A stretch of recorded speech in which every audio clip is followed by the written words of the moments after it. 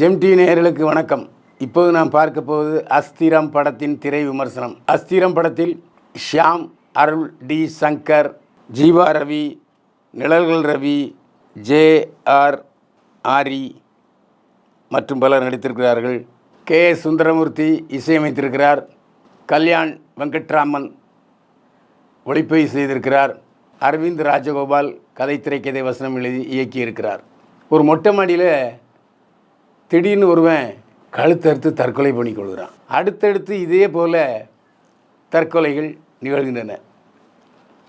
Police அதிகாரி ஷாமுக்கு பெரிய தலைவேதனையாக இருக்குது. ஏன்னா ஒரு க்ளூவுமே கிடைக்கல, கிடந்து அல்லாடுறாரு மனுஷன். அந்த சமயத்தில் கான்ஸ்டபிள் அருள், டி சங்கர் பார்ப்பதற்கு கதாநாயகன் போலவே தெரிகிறார். அவர், சார் நான் உங்களுக்கு உதவுறேன் அப்படின்னு சொல்லி வர்றாரு. பரபரப்பாக போனாலும் என்னன்னு குழு கண்டுபிடிக்க முடியல. அப்புறம் ஒருவர், இது ஜப்பானில் ஏற்கனவே நடந்த ஒரு வரலாற்று நிகழ்வு அப்படின்னு சொல்லி சில ஆதாரங்களை கொடுக்குறார். ஆனால் கடைசியில் அவரும் தற்கொலை பண்ணிக்கிறார். இப்படியாப்பட்ட சூழ்நிலையில் ஏதோ ஒரு மனநிலை வைத்தியரிடம் போனால் சரியாக இருக்குன்னு சொல்லிவிட்டு நிழல் ரவியிட போகிறார். இப்போ நிழல் ரவி சொல்கிறார், ஆமாம் இது வரலாற்றில் இருக்குது, இந்த மாதிரி ஒருத்தன் மனவசியப்படுத்தி தற்கொலை செய்ய கொள்ள வைக்கிறான், அது முடியும் அப்படின்னு சொல்கிறார். இதைத்தான் கண்டுபிடிக்கிறார் ஷியாம். ஆனால் இதுக்கு இடையில் அவருடைய உயரதிகாரி, யோ உனக்கு ஒரு இடம் கண்டுபிடிக்க முடியல, நீ நின்ன இடத்துல நின்றுட்டுருக்க, மேலதிகாரிகள் என்ன விடுன்னு விடுறாங்க, என்ன இப்படி தற்கொலை நடந்துகிட்டே இருக்குது, ஒன்றும் கண்டுபிடிக்க மாட்டீங்களா என்று சொல்லி சாமை அந்த பதவியிலும் தூக்கி விடுகிறார். ஆனாலும் விடாமுயற்சியாக சாம் அந்த கொலைகள் பற்றிய முழு விவரங்களை தேடி கண்டுபிடிக்கிறார். இதுதான் அஸ்திரம் படத்தினுடைய திரைக்கதை. ஷியாம் நீண்ட இடைவெளிக்கு பிறகு இந்த படத்தில் கதையின் நாயகனாக வலம் வருகிறார். ஷியாம் நல்ல திறமைசாலி, நல்ல நடிக்கக்கூடியவர். ஆனால் என்னமோ தெரியவில்லை, அவருக்கு தமிழ் சினிமா தன்னுடைய வெற்றி கதவை திறக்கவே இல்லை. அதற்கு என்ன காரணம் என்று தெரியவும் இல்லை. ஆள் அழகாக இருக்கார், நல்லா நடிக்கிறாரு, நல்லா டான்ஸ் ஆடுறாரு, நல்லா ஃபைட் பண்ணுறாரு, நல்ல நடிப்பு திறமையும் இருக்கிறது. இந்த படத்தில் ஷியாம் தன்னுடைய முழு திறமையும் கொட்டி இருக்கிறார்.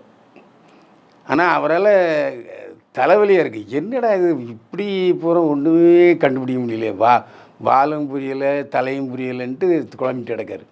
நல்லா நடிக்கிறாரு ஷியாம். அருள், டி சங்கர் ஷியாமுக்கு உதவியாக வருகிறார். அவர் அநேகமாக விரைவில் படத்தின் கதைநாயகனாக நடிப்பதற்கு வாய்ப்பு அதிகம். அவரும் ஷியாமும் பேரலல் ரோல் தான் பண்ணியிருக்காங்கன்னு நம்ம சொல்லலாம். இந்த படத்தினுடைய கதாநாயகி நீராவுக்கு நடிப்பதற்கு வாய்ப்பு இல்லை. அப்படியே கேமராவை பேந்த அப்படி பார்க்கிறார், அவ்வளோதான். ஒருவேளை கதை அவருக்கு நடிப்பதற்கான வாய்ப்பை தரவில்லையோ என்றும் சந்தேகம் எழுகிறது. ஆனால் கதாநாயகி நீரா, அவ்வளோதான். இந்த படத்தில் அவர் நடித்த படத்தினுடைய எண்ணிக்கை ஒன்று கூடியிருக்கிறதே தவிர அவருடைய திறமை கூடியிருக்கிறதா என்றால் இல்லை. மனநல மருத்துவராக நிழல்கள் ரவி, அவர் ஏகப்பட்ட படங்கள் நடித்த அனுபவம் இருக்குது. அதனால் ரொம்ப ஃபூன்னு ஊதிடுறார். ரொம்ப அழகாக நடிச்சிருக்காரு. விஷயங்களை ஷியாம்கிட்ட சொல்கிறார். ஜீவா ரவியும் தன்னுடைய பாத்திரத்துக்கு மெருகேற்றி கொள்கிறார் என்று சொல்லலாம்.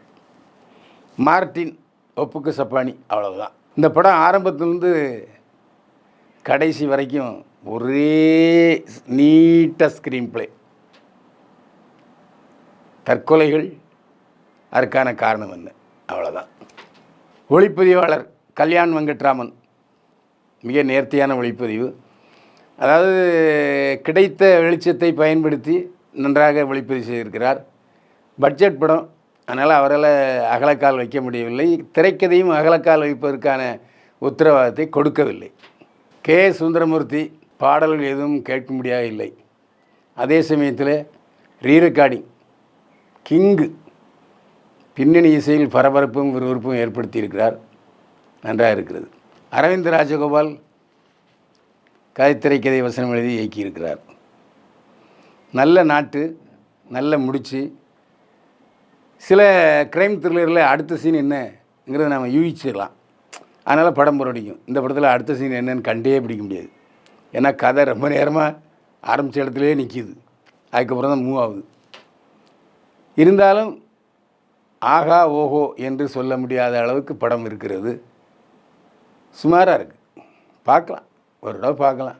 நீங்கள் மர்டர் த்ரில்லர் பார்க்குறதுல கில்லாடி, நான் மர்டர் த்ரில்லர் படங்களை தான் பார்ப்பேன்னு சொன்னால் நீங்கள் கண்டிப்பாக பார்க்க வேண்டிய படம் அஸ்திரம் உங்களை திருப்திப்படுத்தும்.